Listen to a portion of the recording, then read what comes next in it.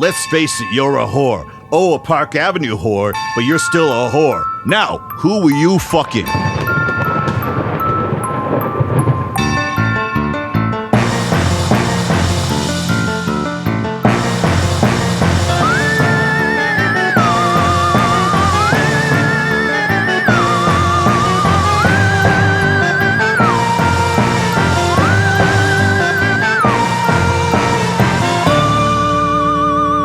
Welcome to Morally Offensive, the podcast equivalent of some hot pants broad cruising around for some action.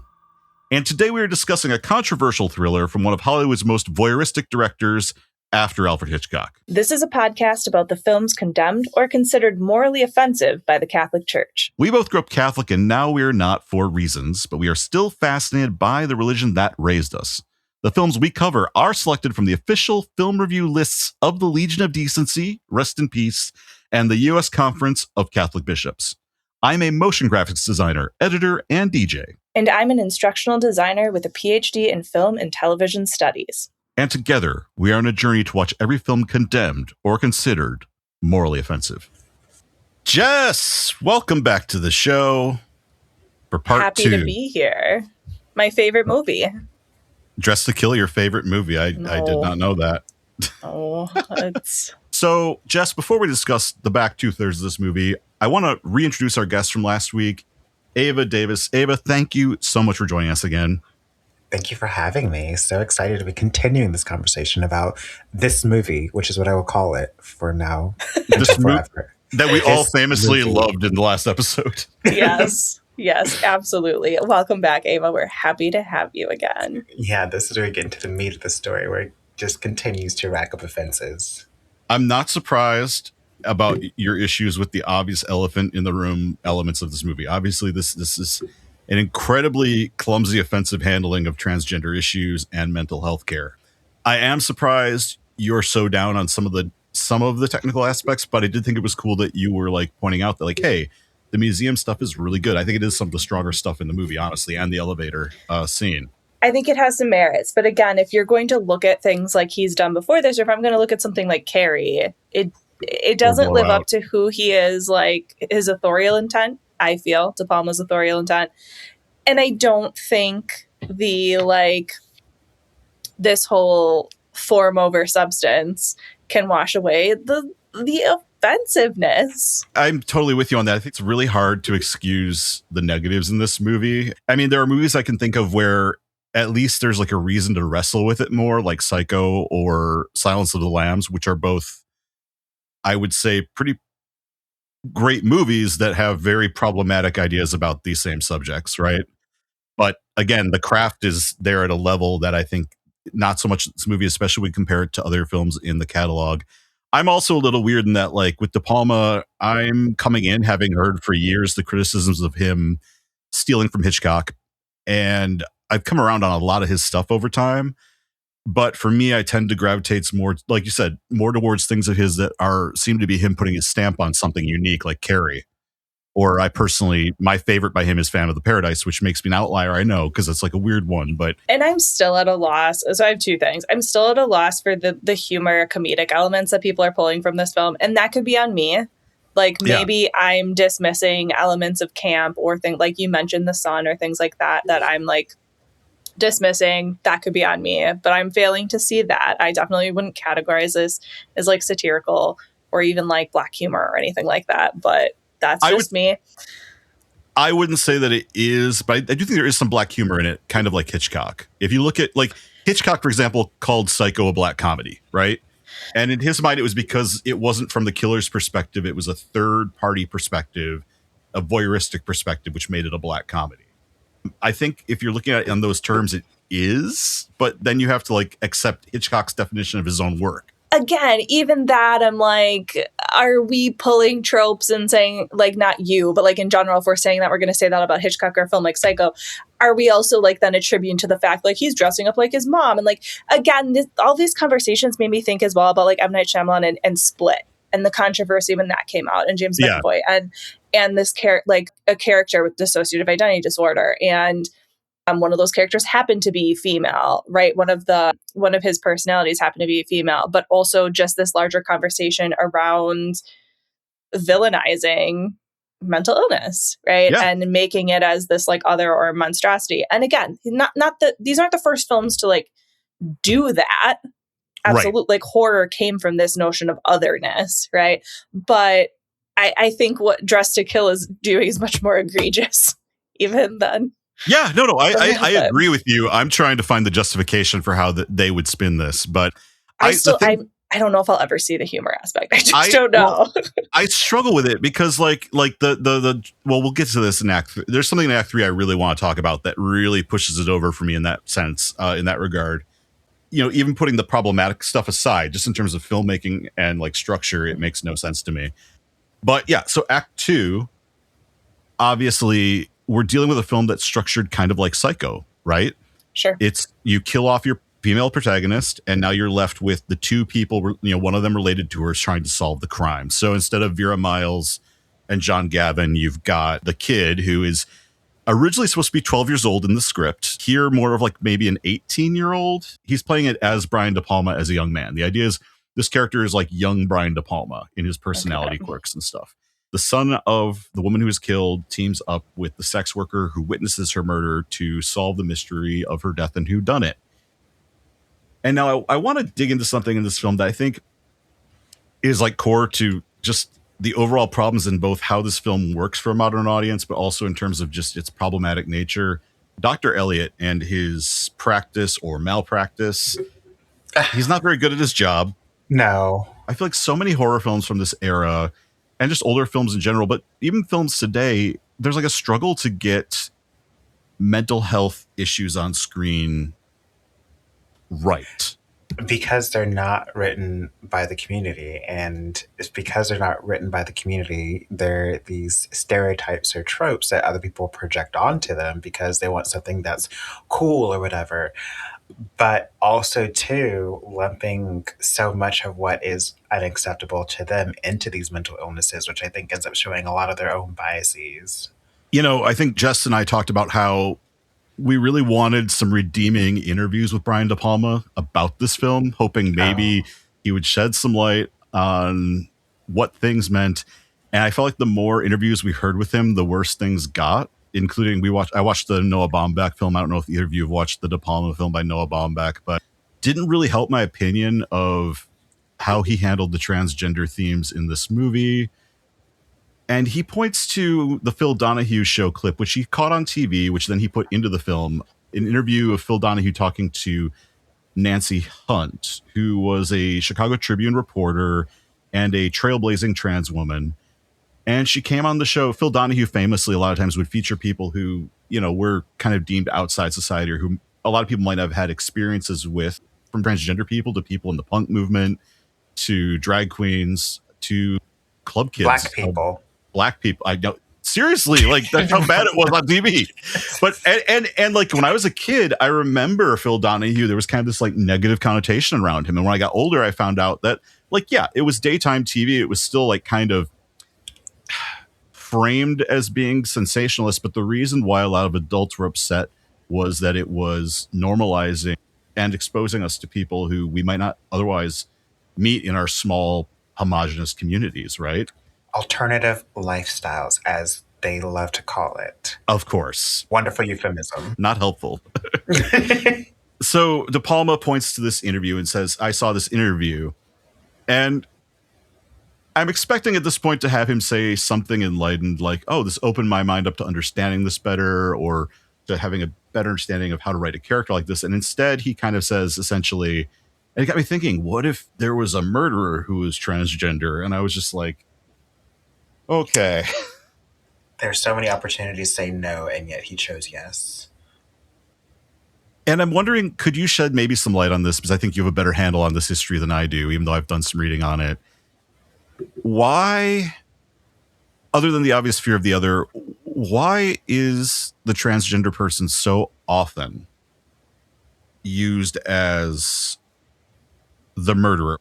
Part of that, I think, is needing to paint these very moralistic tones going back in a lot of storytelling in general, but specifically like with filmmaking in America, it goes back to the Hays Codes and needing to portray homosexuals and deviant people in a certain capacity in a certain light. And so, we joke in queer film circles of, the dead gay trope or the sad gay trope or whatever, but that's because it was a little thing. Like, it was literally written into, like, okay, if person is X, then they must die. They must be sad or whatever. Like, they can't be shown in a good positive light. And I think that becomes baked into American storytelling in a sense of like how we tell stories about our culture and what's allowed and what's acceptable. And since it, and also too, like it wasn't quite against the law, it was just Hollywood wanting to say like, we'll police ourselves, so we'll do this in order so that we don't get policed or whatever. It becomes this weird code for how everything has to be portrayed, and then it's handed down, and that just sucks. Thank you for that. And like, I think to add even more context to what, for the film, to what Ava is saying and like pointing out historically and within the industry, Dr. Elliot and Bobby within the film, like Bobby is wanting, and again, I reference this because De Palma kind of, again, uses this as protective measures, right, within the film. Right. Saying from a story perspective, the fact that Bobby wants gender reassignment surgery, it wants Bobby to be the dominant identity and personality, and that it is Dr. Elliot's like lust for these female figures, right, that is leading her to do this, which again doesn't help. It's only more problematic. No. That, and again, very psycho-esque, right? Norman and Norma, and killing promiscuous girls, right? And so that aspect, again, like there's no protective measure there. It's still villainizing that character. It's so voyeuristic, what y'all were talking earlier about Brian De Palma being and exploring and being very voyeuristic within a culture, demographic of society, but also too, it's just all I could think about when watching this movie and it was revealed who Dr. Elliot was and Bobby and all that was this repression that has such a long history in Protestant America, and also going back to Victorian England of just like this whole repression. And what usually ends up coming out of that is violence, whether it was Jack the Ripper or the serial killers of the 50s. Like, repression has never ended well. And right. It's weird to showcase it in this sense where Dr. Elliot is suppressing the Bobby part of themselves and it's causing violence, which on one hand, loving that portrayal, but then on the other hand, like it's doing disservice to trans identity. But then now we've got more than one hands. We've got three now. And on that third hand, it's also kind of giving context to what was acceptable back then. So if Dr. Elliot is having this experience and kind of splitting in a sense, and I don't know why Dr. Elliot can't give himself surgery, I'm assuming because of some self-hate or whatever, but it's part of it not being socially acceptable and needing to find an outlet for something that they may feel like they can't pursue. And for a lot of trans women, the idea of being passable, which can mean safety for a lot of women, but trying to aspire to the sense of passing and how to get there. It's interesting that this film never wants to try to understand Michael Caine's character. No. I don't feel like. I don't think it ever wants to unpack why is he suppressing Bobby? And not why only that, is there the violence. Conflict? The violence too that Bobby has in seeing cisgendered women and wanting to kill them, and cisgendered women who are exploring their sexuality, which to me hints Dr. Elliot should be doing this work because apparently he's a psychologist, but he should be doing this work of unpacking himself, but wanting to kill women who are sexual because can he not be sexual himself? Can she? Can they? Pronouns gets really tricky here. Right. And there becomes this presumption too, right, that like Dr. Elliot is who's standing in Bobby's way, because seemingly like it would be Dr. Elliot that would need to sign off on these things, that would need to get approval, right, for gender reassignment. So it's, and I think like as much as Dr. Elliot's isn't explored and his what and why, neither is Bobby at all, right? Neither one of them. They don't know the motivation. They're just, again, little stick figures. That's like, oh, we need a boogeyman. Ooh, what if we made it like scandalous and shocking and just like, something outlandish that you wouldn't think. Let's make it a trans person. It's almost a worse portrayal than in Psycho because, you know, the portrayal of Norman Bates is incredible.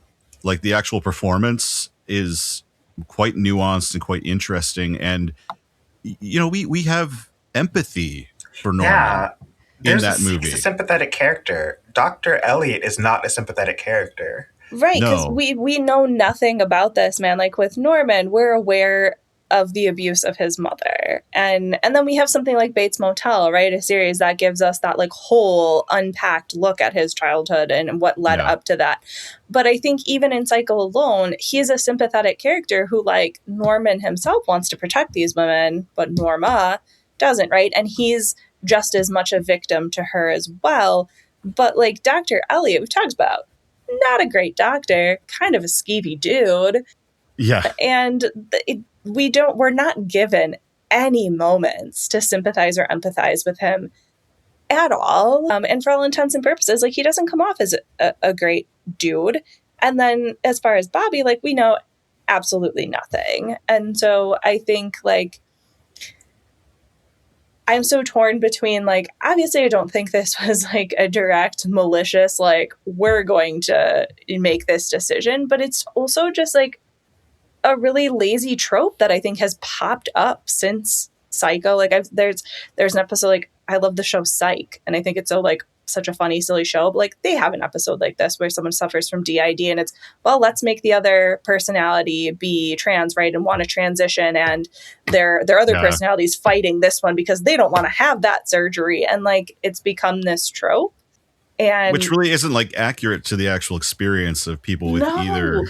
And DID doesn't really present itself this way either. No, right? And so that was what the biggest issue with, like, we mentioned M. Night Shyamalan and Split. That was one of the biggest issues of that film, was that it was extremely dangerous. And the DID community was asking people not to see the film because it set this precedent of, again, when we talk about mental illness, even when we talk about things like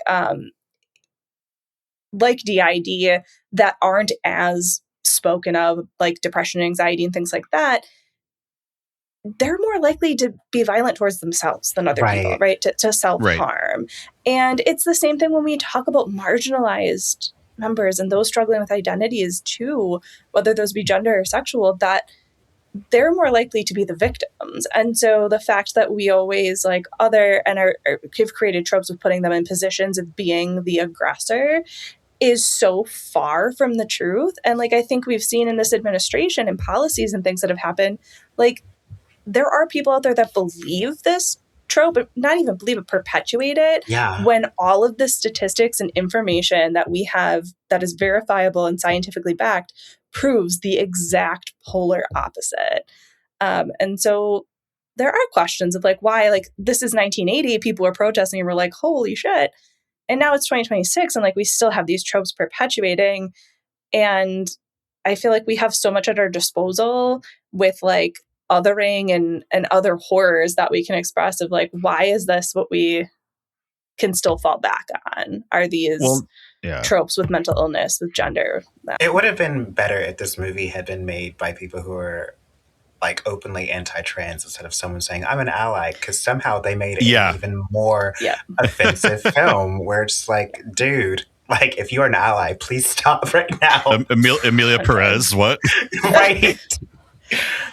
That reminds me of the Catholic stance on this, is that, you know, the Catholic Church with all LGBTQ issues, people who are gay and lesbian, but also people who are transgender, the Catholic Church does this whole thing where it's like, you know, transitioning in the Catholic Church is sinful. Okay. But then they say, well, but we don't hate the person. It's the sin. It's the act. It's following through on it. But we don't hate people who are trans. And it's like, but you're literally lying about them. You're bearing false witness. You're telling people something psychologically wrong or broken with them, which is not the current. It's not the DSM the DSM, for all its faults on this matter, still is not perfect, but it's still, the guidance is not what the Catholic Church is saying. And at the same time, they want you to be compassionate and love people. And it's like, how do you love someone when you're also told to lie about them or to reject what they need to live a fulfilling life?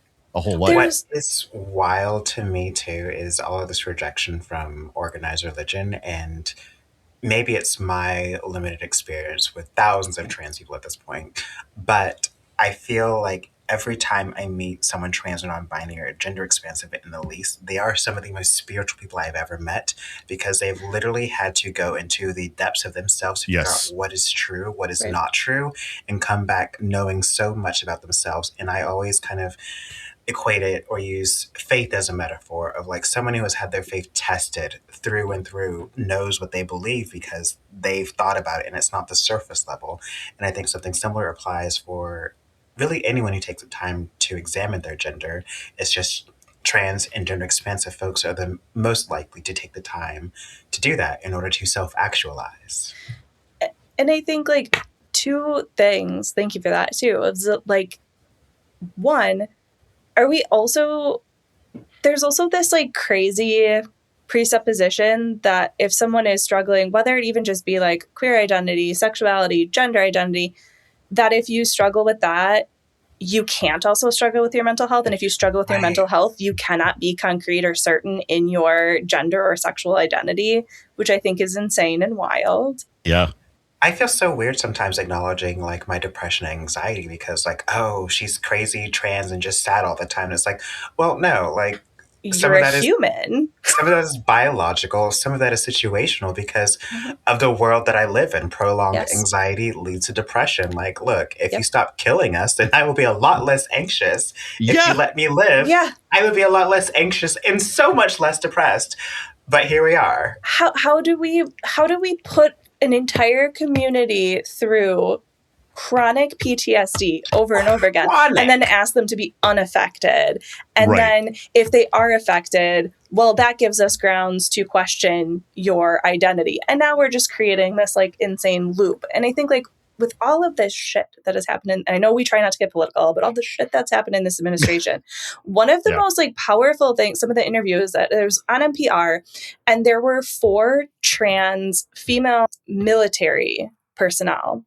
And they had been obviously with stupid Hegseth's crap. And sorry, it enrages me. And I'm trying to like not get too deep into it. But they were being interviewed by NPR after the new rules were set about, right, within the military. And one of them has served for like years and was higher up and got stripped of that, which she had earned. And her response was brilliant, which was because Ava was talking about this introspection and how these people tend more towards spirituality and things like that, which she very much did have. I wish I could remember her name. And she was spiritual. She said, I forgive people for their misunderstanding and all this. But she said, I also want people to look at the fact where like my ability to serve is being questioned, my physicality, right? Like I can't do what other people can do in the field, these things. And she said, at the end of the day, I would rather have a trans military member, someone holding lethal force and stuff, because we have been forced to look inward, to go through intensive therapy. Like, we are the most grounded and centered people you could possibly entrust with this responsibility. And like, couldn't agree more of like what as a community you've had to like go through just to be yourself. Like, yes, there is a level of introspection and also just probably a learned behavior to be more accepting of people around you and stuff. Like, yeah, that's absolutely who I would trust more. And like, that just really stuck with me. Well, it's like when we've had, we have people who follow the show who I've kind of made friendships with through the show who are transgender practicing Catholics. And no one knows their theology better, knows their Bible better, knows their catechism better than someone who is transgender and who has been through that rabbit hole and out the other end. Who is I had to come to my own peace with my queerness and realizing that I was gay and at first, and being in a very conservative Presbyterian church in North Metro Atlanta. And then around that time, Defense of Marriage Act and all that was happening. And I saw all these people in my church standing up and agreeing with it. And number one, it was this lack of community support. But I had to come to the conclusion that like, I still believe in a higher power, whether you call it the universe, God, whatever name you give to it. I believe in a higher power. And I had to settle on, before Gaga made it possible or popular that if I am here and I believe in God and I believe that God makes no mistakes, then I am here exactly how God wanted me to be. And the rest is not for me to figure out. That's between them and God, but for as between me and God myself or the universe or whatever one wants to call it, it's just nothing but pure love and energy and existence. And going out and doing good into the world. Boy Scout, whatever motto of leaving the place better than you found it. Like leaving the world, my little corner of it, just a little bit better than I found it. Amen to that. I mean, that's the thing I don't get. I don't get people who grew up in the same faith I grew up in, and they don't lead with love. If you don't lead with Right. love and not judging, then what are you even doing? Because from my understanding, that was always like, that's ground zero for being a Christian or a Catholic. It's like, that's where it all starts. Literally feels like they know not what they do because like, but literally of like this whole group just literally being crucified on the cross, so to speak. Yeah. But also I think enough in that marginalized community, in a lot of marginalized communities, to know that whatever hate, rage, stuff that's being put on is there's some sort of internal battle going on. And it's like, I cannot help that person with that. Like they have to come to resolution themselves. But that also makes them incredibly dangerous. 100%. And we talked about that before we even started recording, right? Of this like idea of like labor as well. Like it is not your job to have to teach people how to respect your autonomy and identity and existence, whether that be race, sexuality, gender, any of it. Like when you're existent, like someone's existence shouldn't be up for debate. It's not. It's. I always clarify that same say like my existence is not up for debate. Like we can debate everything else, but that's. I'm here. Like that's. We're not debating the fact that I'm here. Otherwise, I'm gonna go take all your money and run with it. If I don't exist, then I'm just a fucking ghost. Like what? Well, and bringing it back into the movie, I think that like this is a great example of like why De Palma should have deferred to people who knew better than him, because it's like, you know, I think about the film school bros you talk about teaching, Jess, when you were a professor, and who are like, well, you know, because I was this kid when I was like 18 or 19, I was like, I always think about the example of reading Tennessee Williams and my professor being like, well, this is a foul. Well, okay, but it's sorry. It was just a knee jerk. Sorry. Okay. Nope, that's cool. That's cool. Anyway, the point was my professor kept being like, well, we're reading the Glass Menagerie, and he's like, well, this is actually a phallic symbol in this scene, and Tennessee Williams was intending this meaning behind this object or the way this happens in the scene. And I was like, it surely can't. These can't all be phallic symbols, can they? And he was like, have you read about Tennessee Williams' intent? And I was like, well, no, but I mean, come on, like people aren't just writing things about penises. And he kind of looked at me like, you'd actually be surprised. And I think there is this like, you know, these film school bros, and a lot of them never grow out of this and start podcasts. You know, they want to think that filmmakers aren't thinking about all these things, or that if they aren't thinking about these things, like perhaps Brian De Palma wasn't thinking this through as well as he could have. You know, is there a responsibility there to think about this? And I think there is. I do think, yes. Are we primarily making entertainment? Sure. But as storytellers, I do think you have the responsibility to like, am I telling a story I know about a person or someone from a life experience I know nothing about? I would say it's your responsibility to go research that and bring those people in personally. Yeah. And not gaslight an audience that is calling you out for it. To not try to, like Ava said, it makes it more egregious to, when confronted, be like, but I'm an advocate, I'm an ally, and here's why. Like, again, talk about labor. If people are going out of their way to tell you the ways you are failing in that role, you take it. You accept it. You don't push back on it and double down on the ways that I didn't mean to, or I'm actually protecting, you know, that identity in this way.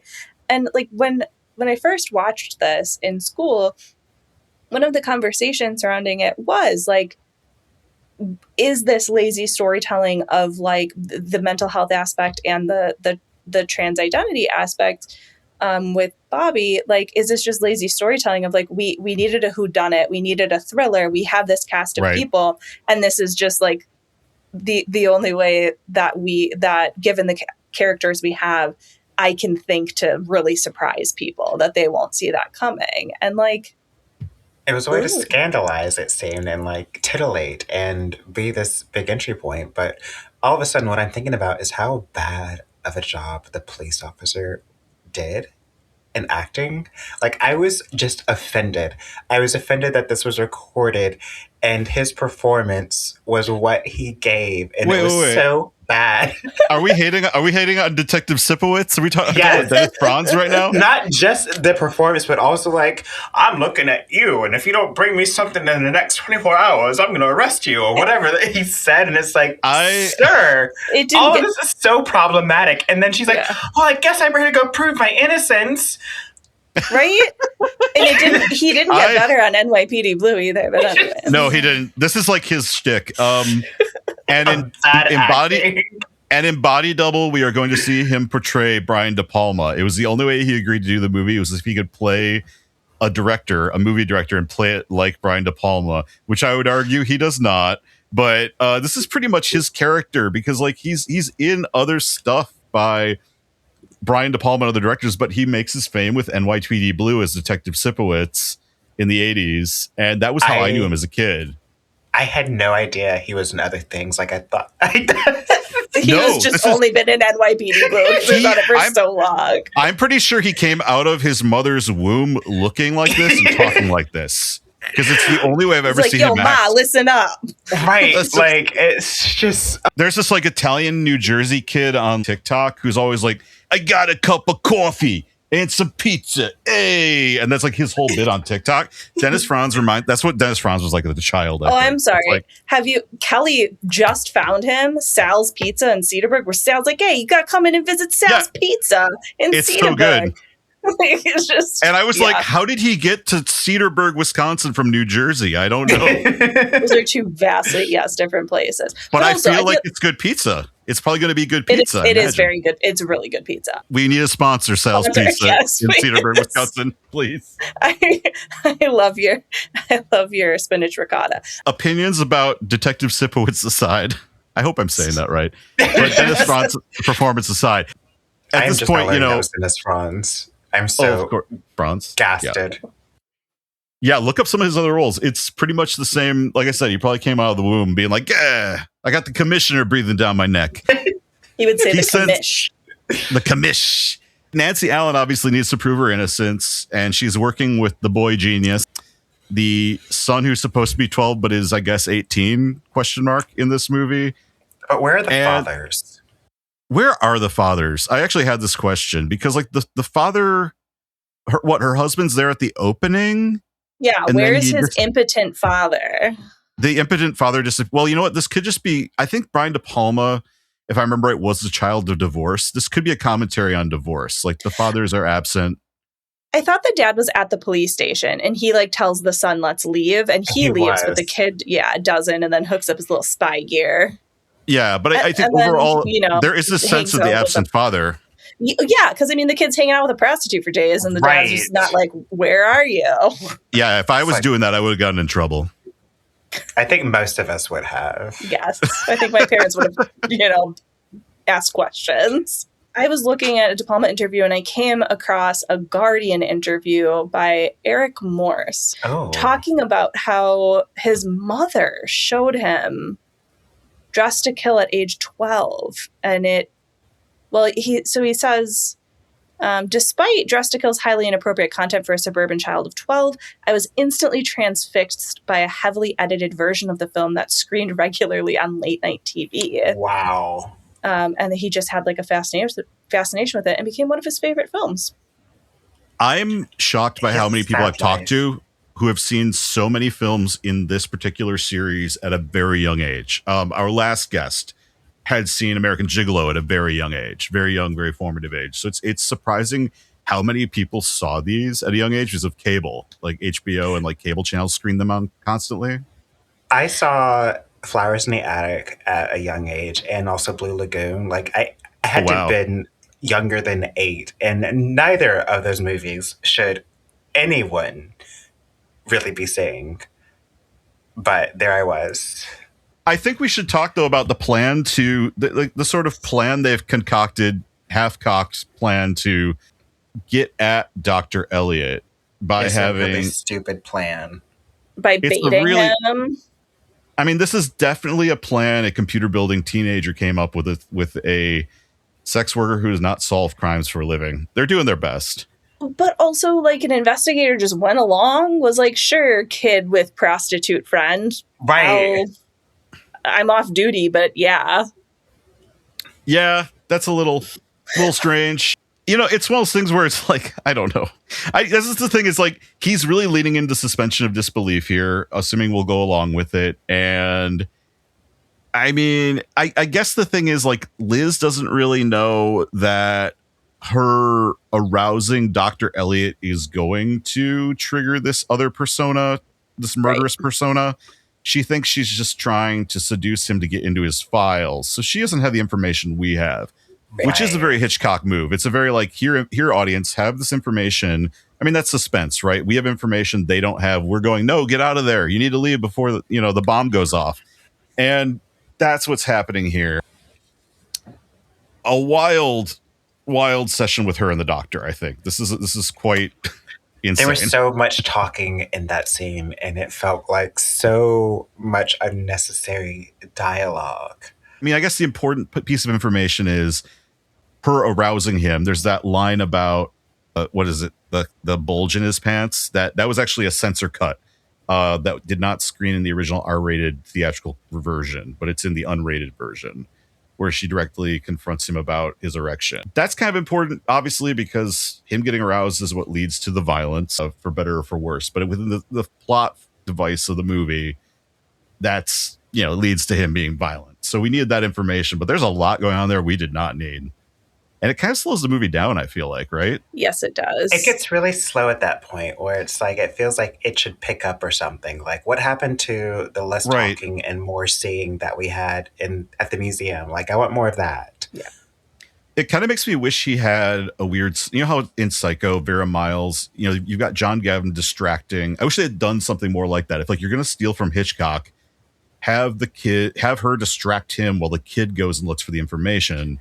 Yeah. And like in Psycho, Vera Miles, there's the weird house where like you go up in the room and there's the weird creepy toys. There's the bedroom where the mother's kind of missing from suspiciously, and then Norman's coming up, so she runs down into the basement, and it's just like labyrinthine theme through the basement. Same thing with Silence of the Lambs. You've got the end basement scene of Silence of the Lambs in Buffalo Bill's house.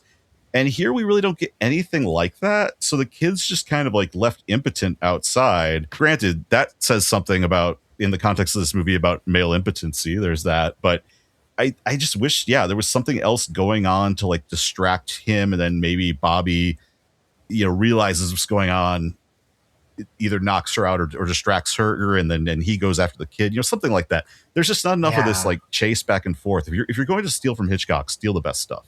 Psycho, the build up at the end is tense. I mean, you were I saw it in the theater last year. You're on the edge of your seat watching all that. And this doesn't have that. It just kind of like it ends, or the climax hits with you finding out, there's also this police woman who's dressed as Bobby. But I think the problem is most people in 2026 watch this movie already kind of get that he's the murderer before she comes up in the costume. So it just becomes confusing. You're like, wait, were we wrong about him being like a dual personality murderer? What's going on with this woman outside?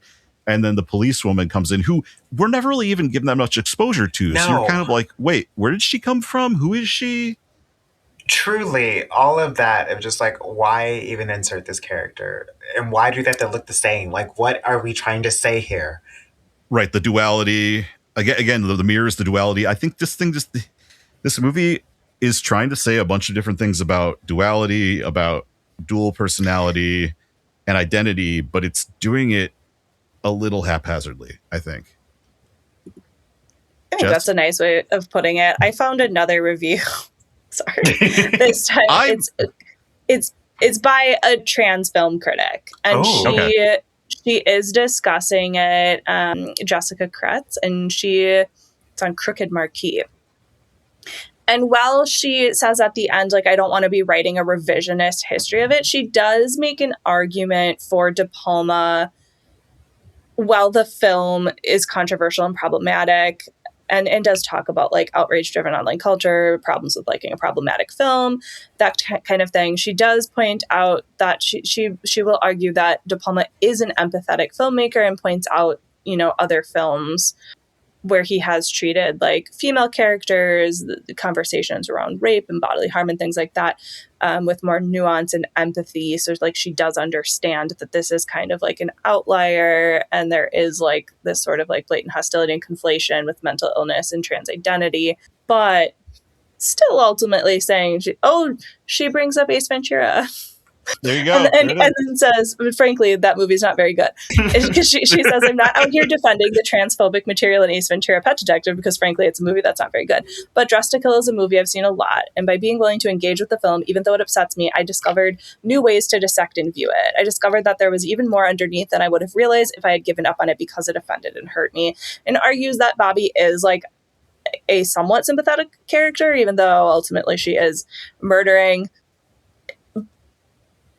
But yeah, I don't know. I don't know if Bobby could be a sympathetic character because we don't learn anything about her. That's my thing. I want Bobby to be a sympathetic character, but I don't know anything about Bobby. And I think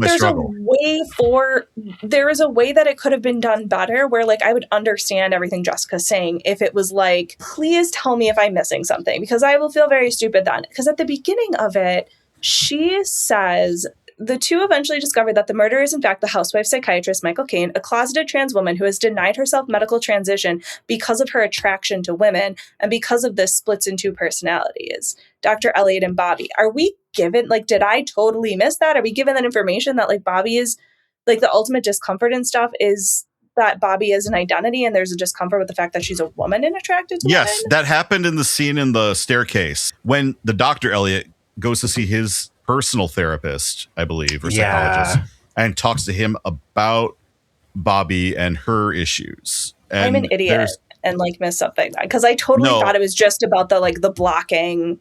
No, and that's kind of the transition. Scene. That's a scene that for a lot of people it gives the climax away, because it's very obvious. Like, wait a minute, you know what's going on with Bobby, because this is a situation where like the doctor who he's talking to, or who Elliot's talking to, is Bobby, I would say she, but who Elliot is talking to obviously knows that Bobby is this personality within Dr. Elliot.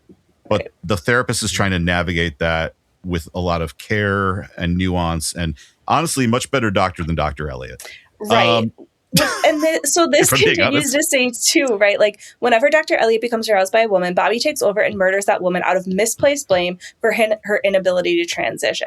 And like, I'm like, cool, Jessica, you should have written this film, because like you're giving me this context that's not there. and that like would have made all the difference. One, to make Bobby a more empathetic character, and two, to not make the character, to not conflate the DID and the trans identity so much, and to also, or at all, and to also not make this seem like just a lazy trope that's being done. The end dream sequence. Yeah. That kind of really undermines any attempt at nuance here, because it's so comical. I mean, the way it paints a mental institution, I understand it's a dream, but this whole movie is so stylized and so over the top that like it's hard to dissect what's a dream and what's not.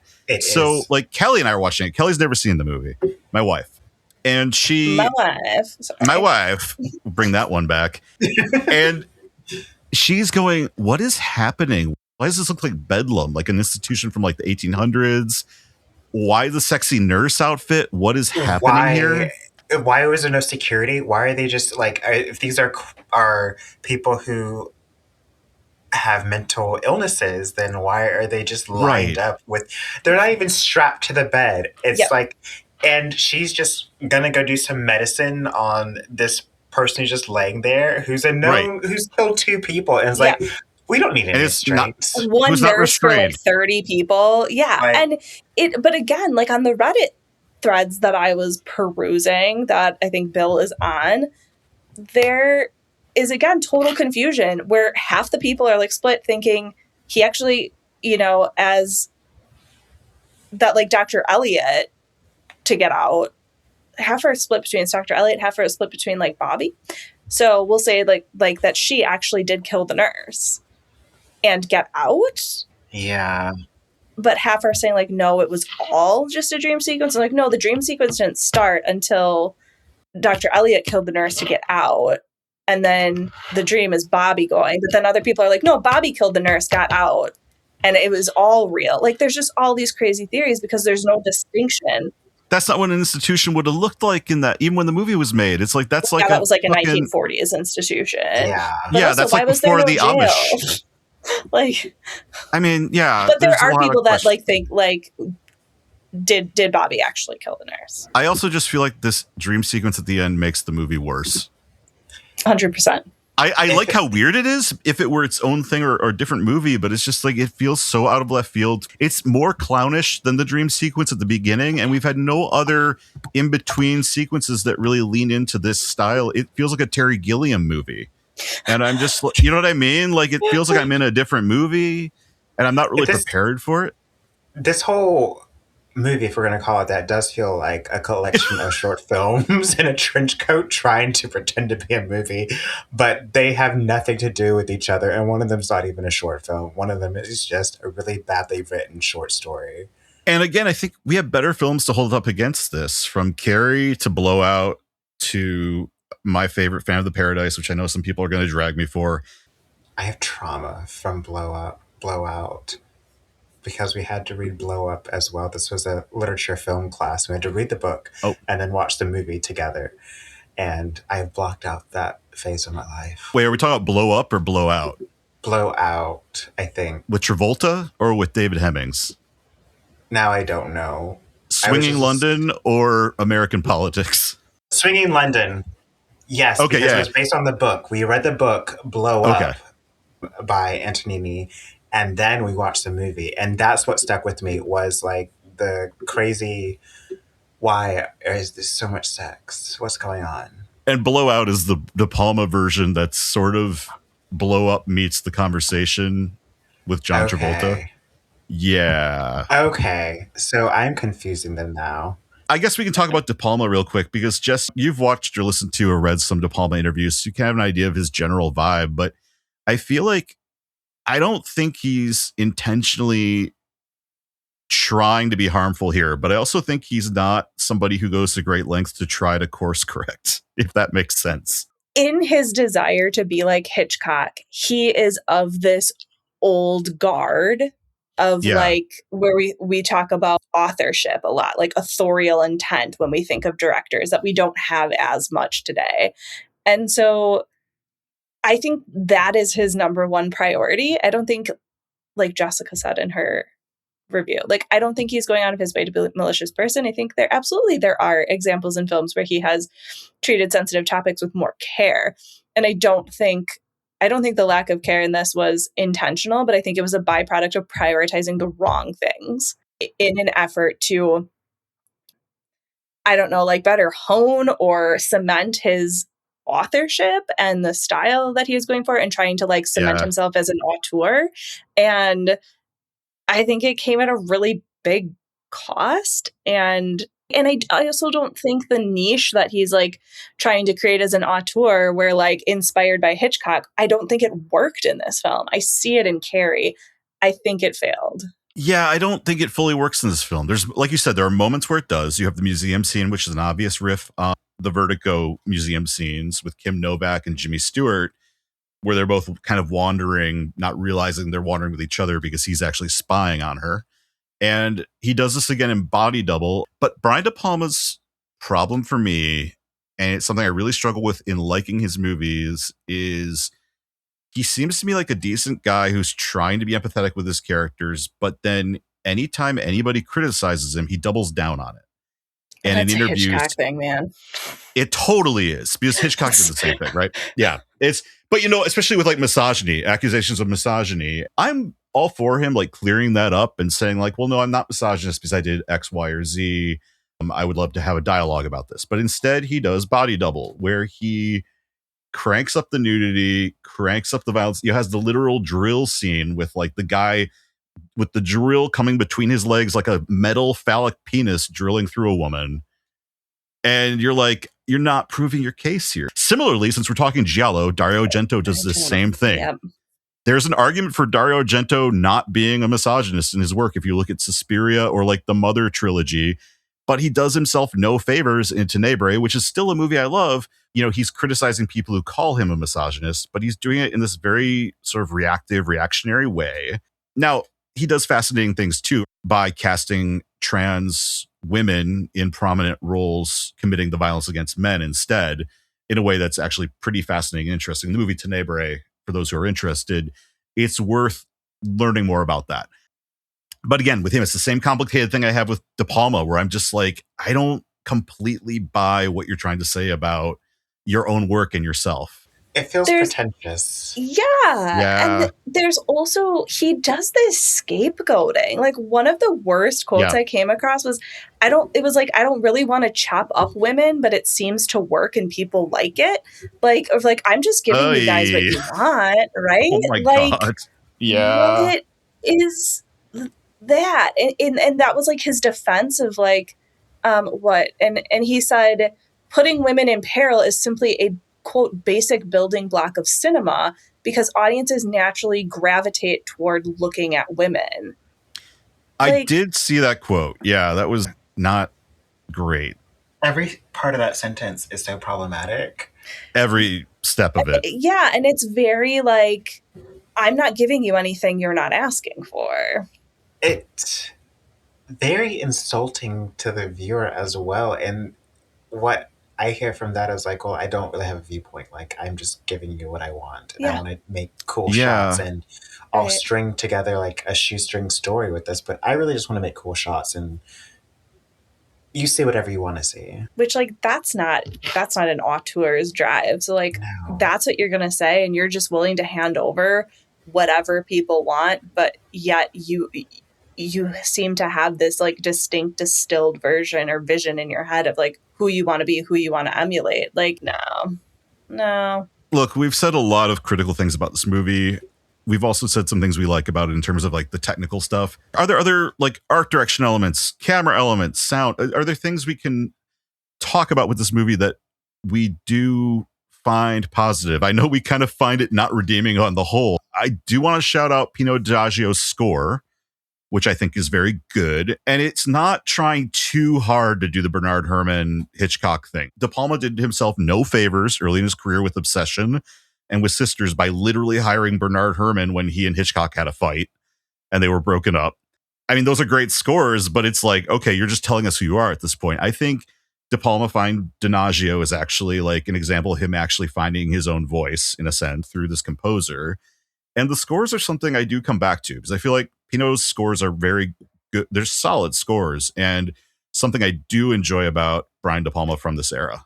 I think that the scores, and I gravitate towards cinematography. So I think, again, I do enjoy the way the camera operates as a character itself within this film, as again, voyeuristic. Like, I appreciate that. The doubling scenes, the use of mirrors, windows, again, a la Rear Window, Psycho.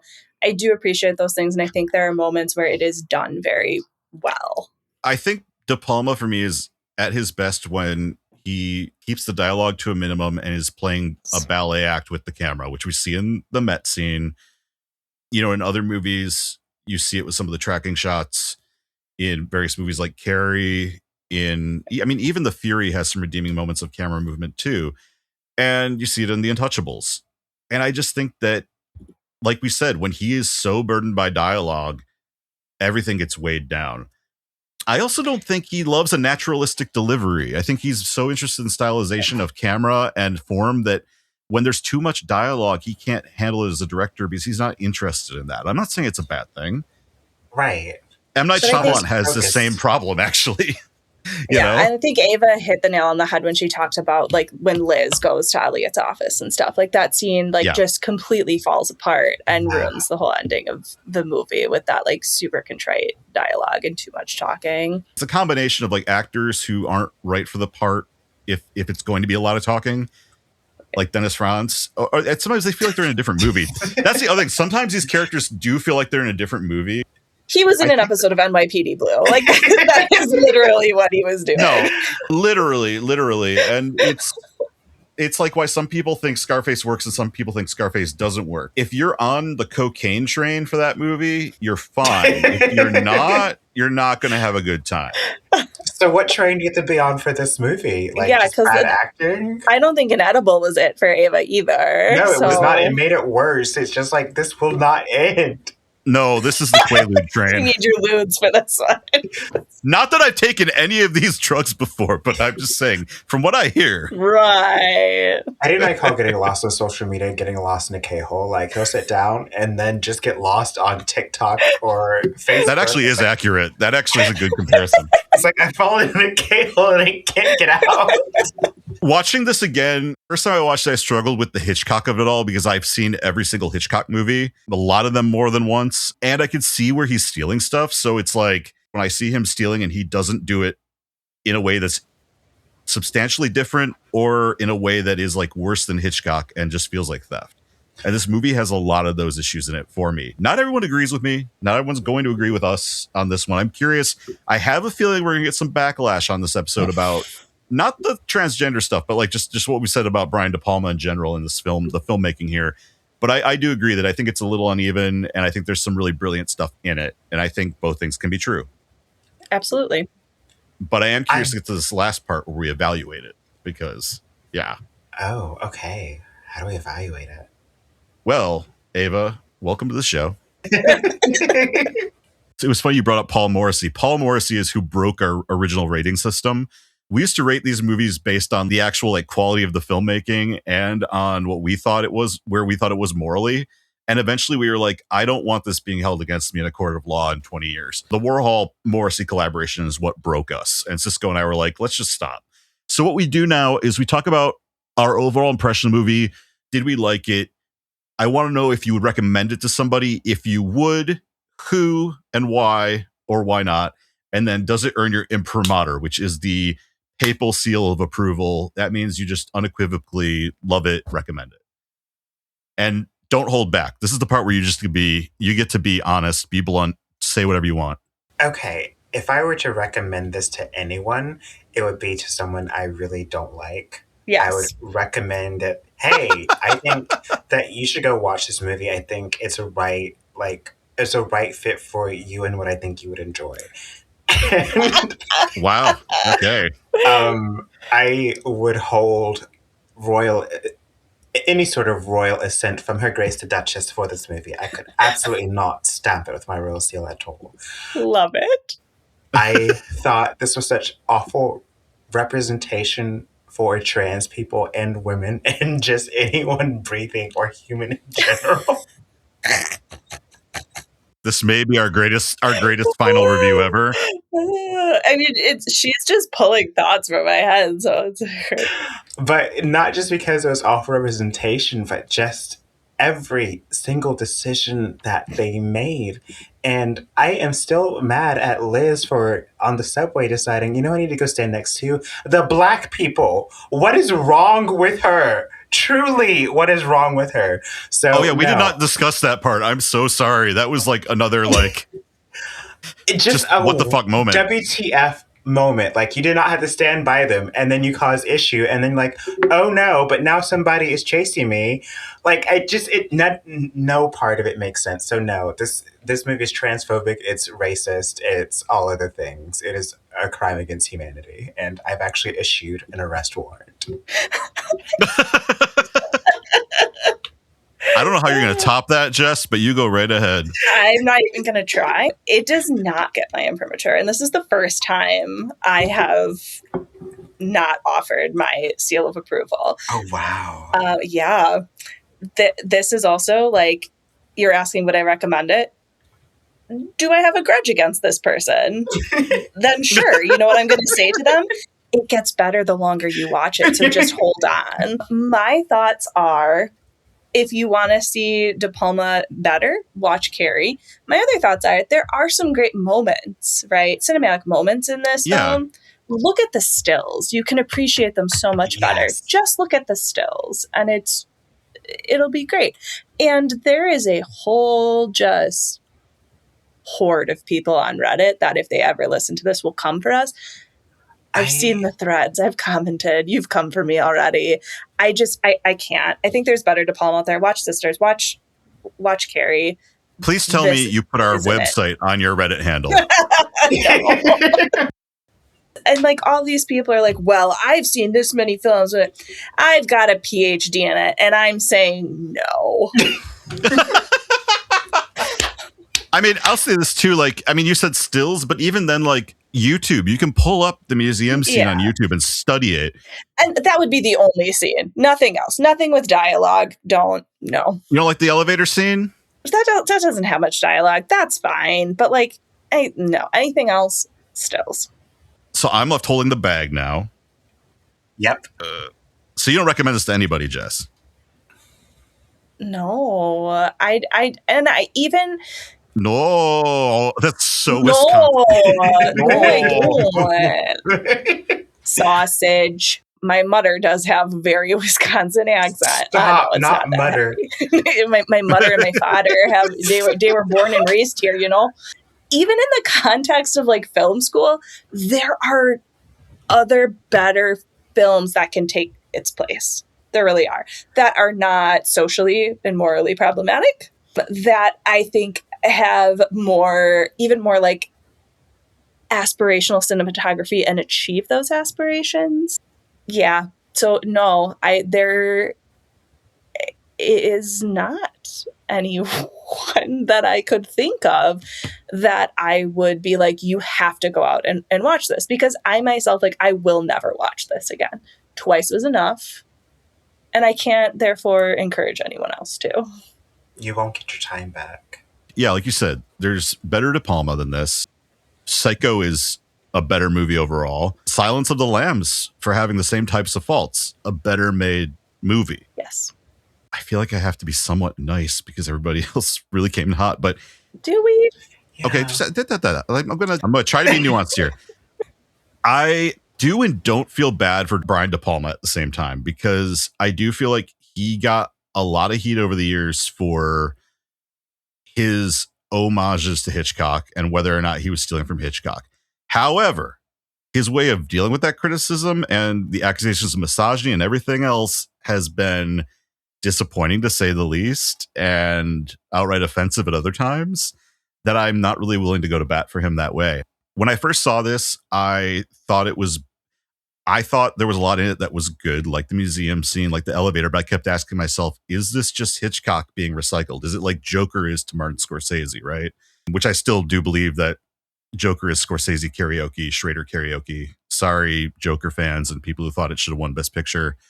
I don't think it's bad. I just think it's retreading, if that makes sense. That's a perfect analogy. And if I was going to recommend a De Palma movie to somebody, this wouldn't be my go-to. And I know I have strange De Palma recommendations. I actually kind of enjoy The Fury, even though it falls apart in the last act. Mainly because it's so Chicago, too. But like the opening of The Fury is so good. Carrie's a masterpiece. You know, Sisters is a good time. Yeah. And I adore Phantom of the Paradise. The Untouchables is fine. I like it. It's got some incredible moments, like the Odessa Steps sequence that is, again, stealing from a movie. The Untouchables steals from a Russian propaganda film that we all watched in film school. Again, a great example of De Palma knowing how to properly do film theft. And I love that scene and that sequence. I mean, Hitchcock did it first, so. I know. But what I like about, and this is why I'm going to talk about Phantom of the Paradise, because I don't think we're going to get to cover it ever, because I don't think it's condemned. I love Phantom of the Paradise. A, it's a rock musical. B, it's got Paul Williams. C, it inspired Daft Punk. It's one of his most original movies. It's so fucking weird and bonkers, but it also has the influences of Dorian Gray and Phantom of the Opera. But also it's doing something that in its time was like showing glam rock on screen like that. He was early to that train. That's a year before Rocky Horror. So I think like there are so many examples of De Palma being ahead of the curve or doing something unique. And this movie just kind of is one of those things where I'm like, I wish you could let go of the need to be Hitchcock in this movie. And also, I wish you would talk to a trans person. Literally, if they could do one thing for this movie, it would just be literally just go talk to a trans person. Or even have an actual psychiatrist on set informing these things. Well, that's the thing too. I'm like, this is a Hollywood.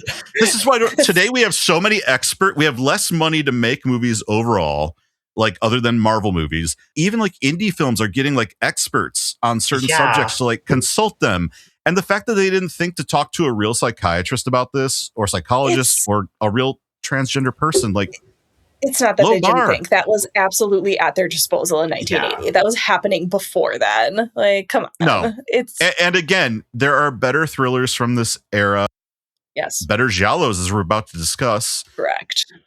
And it's offensive. And in a way that's like really uncomfortable in the year of our Lord 2026. I think the current political climate makes this film so much worse than it was when I first watched it maybe a decade ago for the first time. When I first watched it, I was like, on the one hand, people were probably protesting this, which now I know is true. But the sort of general public wasn't that familiar with these issues. I guess I can give it a pass.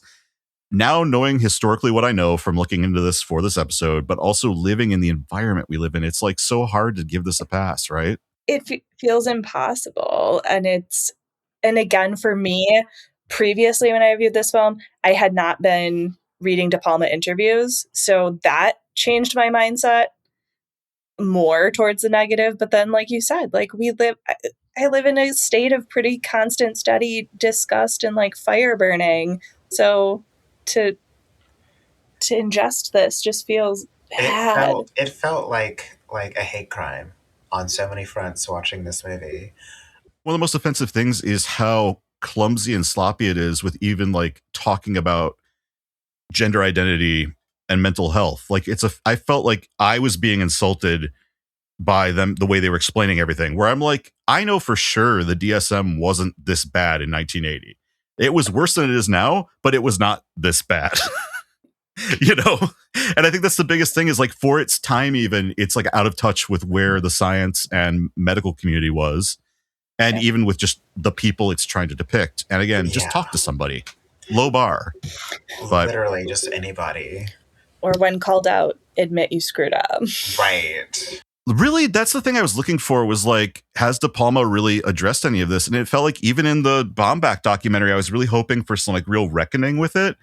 And it feels like he's, again, scapegoating and like trying to excuse himself from having to address the issues. And this need to make excuses for it is so weird to me, where it's like, dude, you fucked up. Just say it. It's like, but he seems like a artist who's so full of himself that there's no way he could admit that like he fucked up, because then that needs to admit a lot of other mistakes on other projects, and that the aura around him is like he's not this magical unicorn type thing making cinema out there. He was also 40 at the time. I mean, there is that. Okay. I thought he was young. I thought he would have been 30 something, but I guess he had been working a while. So that's wild, because it does not seem like the movie made by a 40-year-old. But then also, maybe I'm judging men differently, and maybe I need to stop being like having double standards. Like I need to judge everybody the same. Well, we do constantly push back like, well, you know, men's frontal cortexes don't fully develop until 20, 25, 30. But maybe it's 50. Maybe it's fine. And yeah.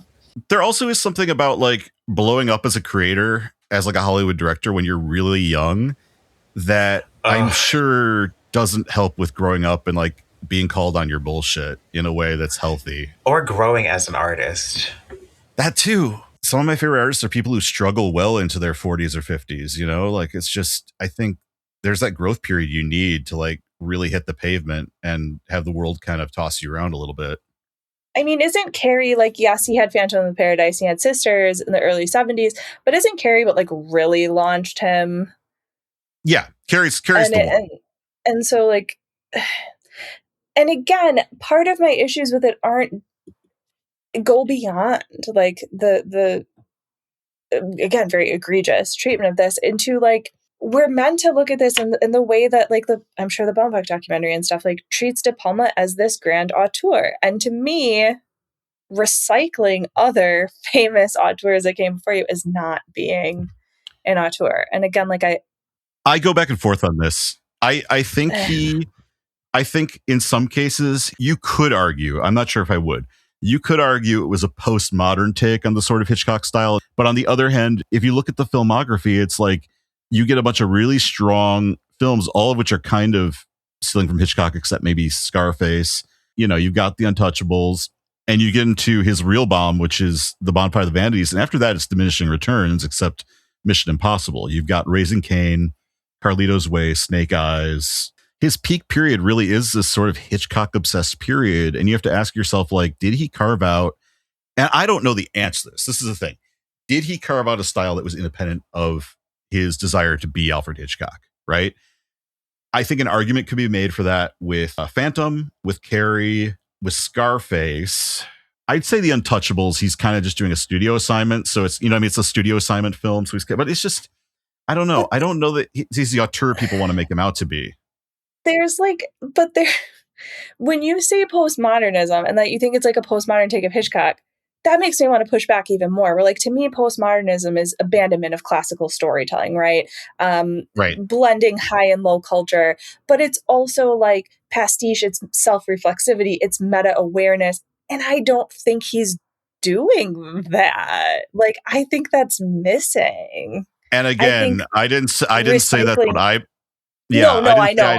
I'm just saying, I think like postmodernism is recontextualizing what came before you, not just, and I don't think in this film, that's not happening. He's not recontextualizing Hitchcock. No, like, if that's the goal, that's not happening in this film, is what I'm getting at.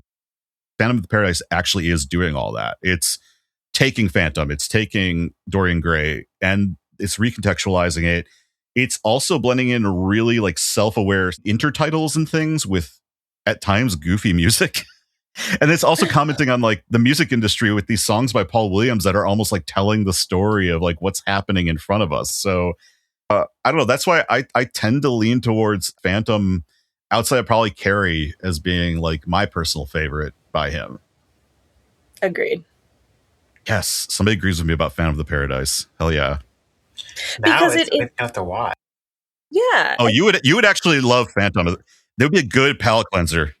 That to me is postmodern. That to me is doing something like I saw someone trying to defend like, well, he like pastiche is nuanced. It's not just like, so when I saw people in these Reddit threads, like he's not hiding that he's copying the shower scene from Psycho. Like he's doing it deliberately, and he's counting on our collective memory of Hitchcock and subverting your expectations. No, he's not. By copying, he's not subverting anything. You don't understand what you're saying, and that is the opposite of what postmodernism is. Shut up. I would argue Mel Brooks' High Anxiety is a more postmodern take on Hitchcock than this movie. Yes. Okay, and I know that's being generous, but I'm just saying it's more self-aware. Yeah. This movie, everyone is reluctant to, or actually vehemently against recommending it. So, absolutely not fit for human consumption.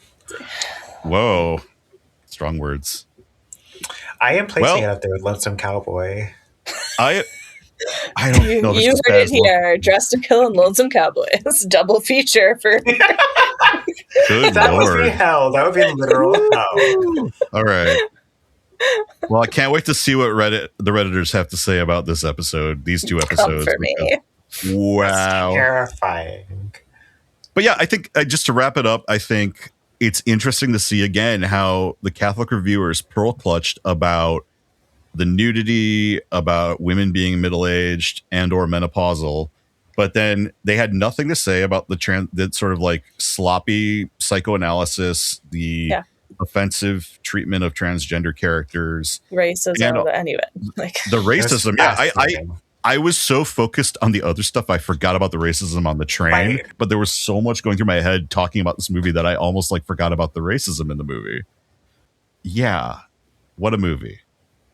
I mean, it got us discussing it. we've watched movies that have been harder to get through. This one was not necessarily hard to get through in the sense that it was moving along for the most part, but it was hard to get through in terms of the subject matter and how things were handled. And again, I felt like it at times was insulting my intelligence as an audience member, which I don't love. It really did. So. It really did. It's like you just can't call a phone number and ask for like the addresses of your Johns. Like that took me out of the story so much. Yeah, that's never been a thing. And we also, when I taught film students, it's always historical context, right? It's so easy to view things from our lens in 20 whatever, right? We can understand historical context by looking at, what was going on historically then, as much as like Gen Z wants to tell us not. To me, 1980 was 20 years ago, right? Same. So, yeah. So that's not that. It's in the not so distant past. And like the fact that the response at the time was also like heated and this was being protest, like you can acknowledge historical context that led to a text being created, but it doesn't mean that you digest that piece of media free from your own historical context and moment. And so like I think that's important. And I think in this moment in 2026, that's a no. Maybe it'll be those pieces of art that's just lost to time eventually. Like maybe we get of it another 20 years and like a field grows and then another 20 years in a forest and then no one knows it existed at all.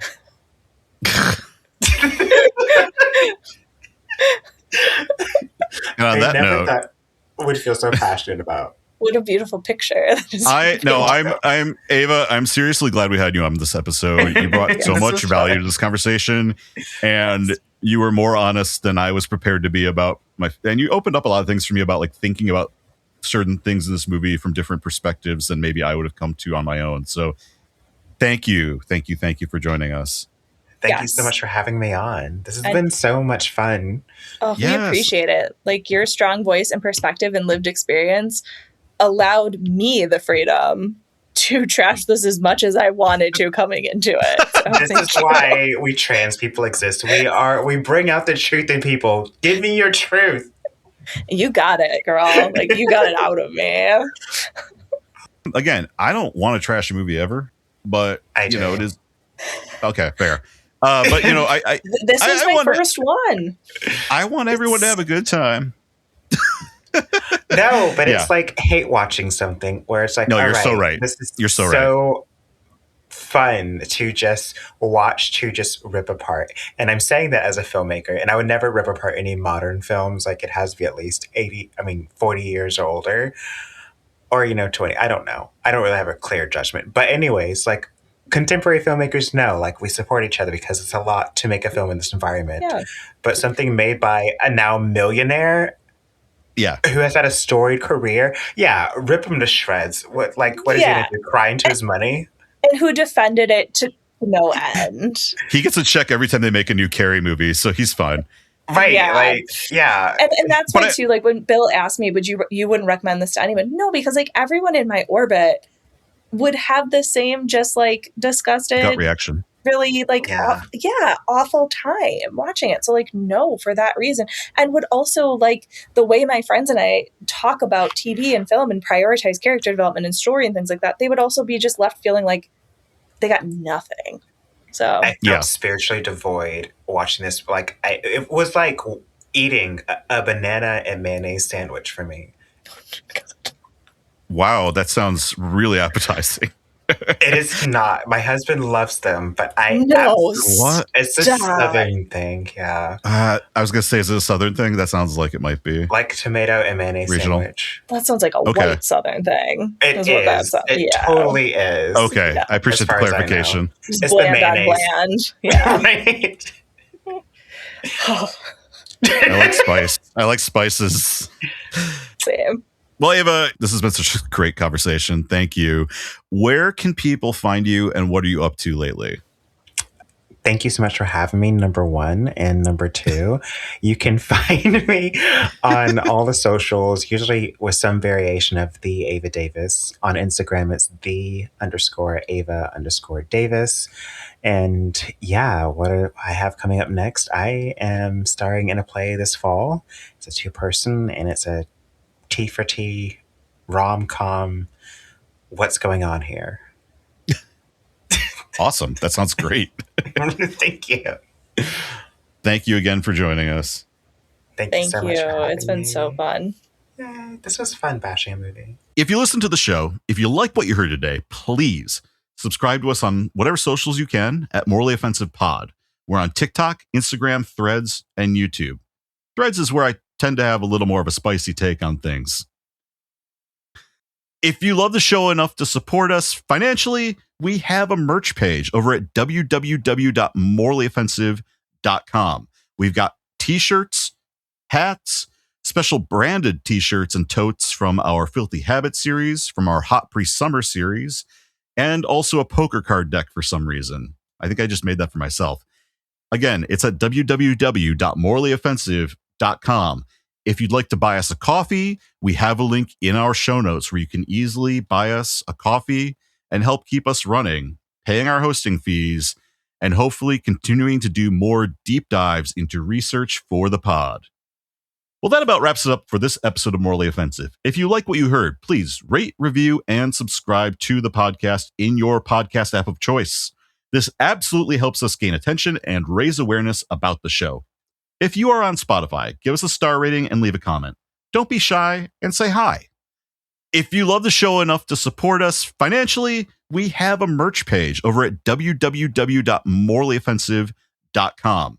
We've got t-shirts, hats, special branded t-shirts and totes from our Filthy Habit series, from our Hot Pre-Summer series, and also a poker card deck for some reason. I think I just made that for myself.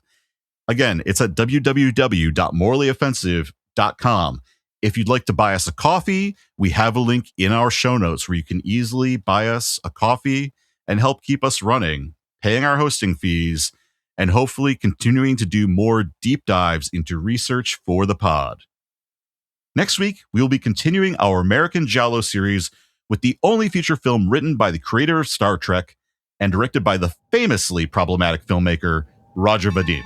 We'll be watching the sexploitation murder mystery Pretty Maids All in a Row. Thanks again for listening, and as always, go and sin no more.